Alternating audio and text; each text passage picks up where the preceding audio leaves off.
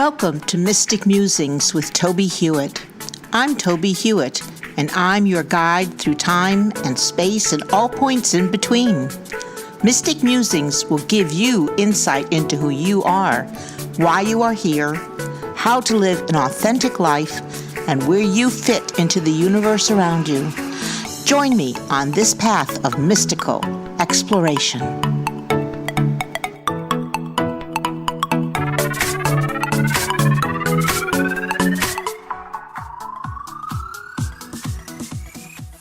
Welcome to episode 80 of Mystic Musings with Tobie Hewitt. This week we will continue to consider Pathwork as we continue our mystic journey. A couple of days without writing practice, and I wonder what wisdom or inspiration I have missed. But perhaps the universe, in its infinite kindness, saves up for when I finally get back in the saddle or chair and get my fingers in typing position, which for me is two fingers, index finger of right hand and middle finger of left hand. I can touch type that way, and I am fairly accurate. As I recall, a typing test once clocked me typing around 75 words a minute, which helps when I am trying to get through 1,000 words in less than an hour. This episode is based heavily on yesterday's writing practice. Too much happened in the writing and during the week to start from scratch and not to share with you. I am finally realizing it is going to take longer than 7 days to add a habit to my repertoire without sidelining something else. I am gratified that the new eating modality is working so well. I can't call it a diet with all the negative connotations thereof, because it really is so much more. It is a new way of considering how I eat and what I eat and how I move, and the idea of calories in and calories out, and the psychological factors about what I do and why regarding food and exercise. I am learning fast, though, and have lost 8.9 pounds in 8 days. But while trying to fit in fitness and health and the reading that is part of the Noom plan, I find that my writing has taken a somewhat backseat. Not that I ignored it, but I just couldn't get it all in before I needed to leave for work. And then after work is normally not a time I like to write. First thing in the morning is when I feel open enough to receive everything I need to type without struggling for words or even thinking very much. It is as though, as I go through the day, so many thoughts and ideas and demands, etc., get added to my brain that it is hard for me to discern the universe's thoughts and ideas and messages. The universe does not feel as though it demands so much as gently nudges. Okay, this is wrong. Sometimes the universe is quite assertive in what needs to be done and or written. But this past week, it feels as though some understanding has been given, because I think it is a general feeling between me and the spirit plane that I desperately need to get healthy. And if I lose a day or two of writing practice, I can make it up, because for right now, this is more important. That is, trying to figure out how to change my life so thoroughly. And it is thoroughly. Now, I start the day weighing myself and drinking the first of 8 glasses of water and entering my weight into the program and reading the daily messages that are helping to change and fortify me to be a healthy person. It is interesting that I also am reading a book that tells me that the part of my brain that urges me to eat poorly is also the oldest and least useful. The book calls it lizard brain, and that I can gain control over it by simply changing my perspective. I tell the lizard no. I have personified this primitive part of my brain as lizard, and the feeling of illusory deprivation goes away. The first few times I tried this, I was shocked to find it worked. I spent some time in the middle of writing practice to learn about the lizard brain.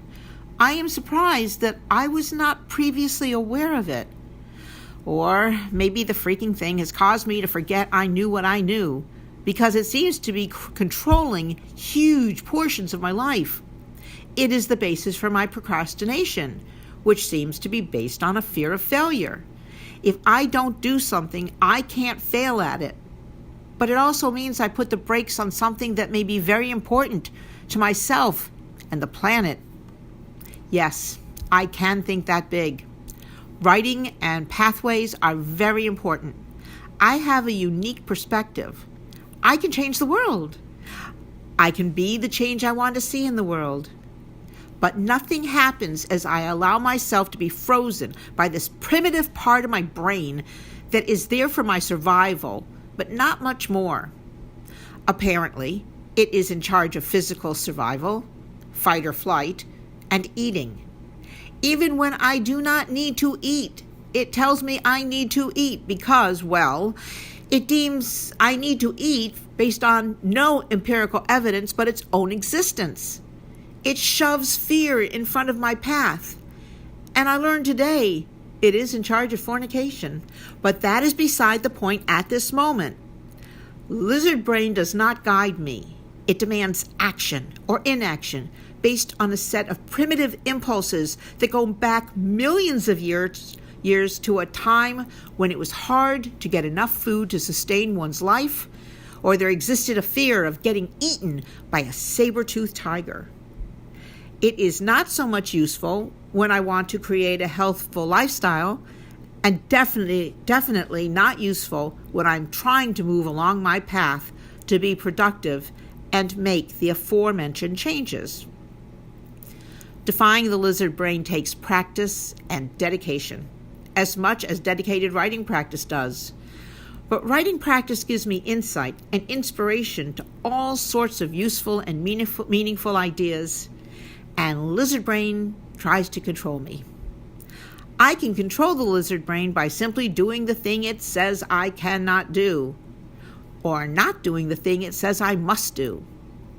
All in all, this has been a very fruitful writing practice, which I did because I ignored the impulse not to.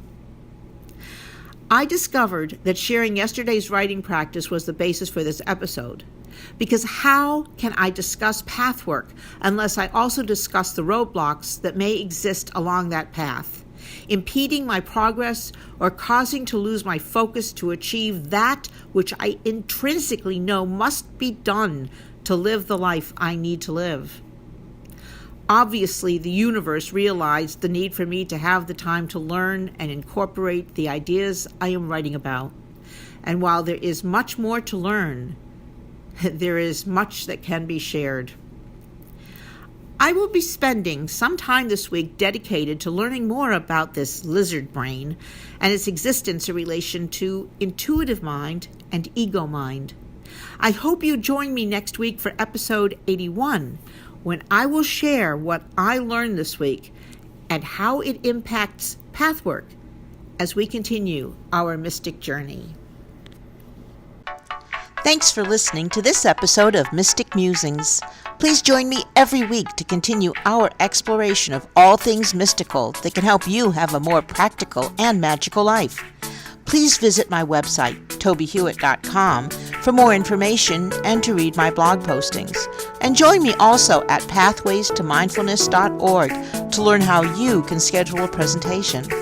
I'm available for mindfulness training, demonstrations of psychic abilities, and individual readings. I also have a number of books on mystical topics on Amazon.com. I look forward to hearing from you and answering your questions. Please contact me through tobiehewitt.com.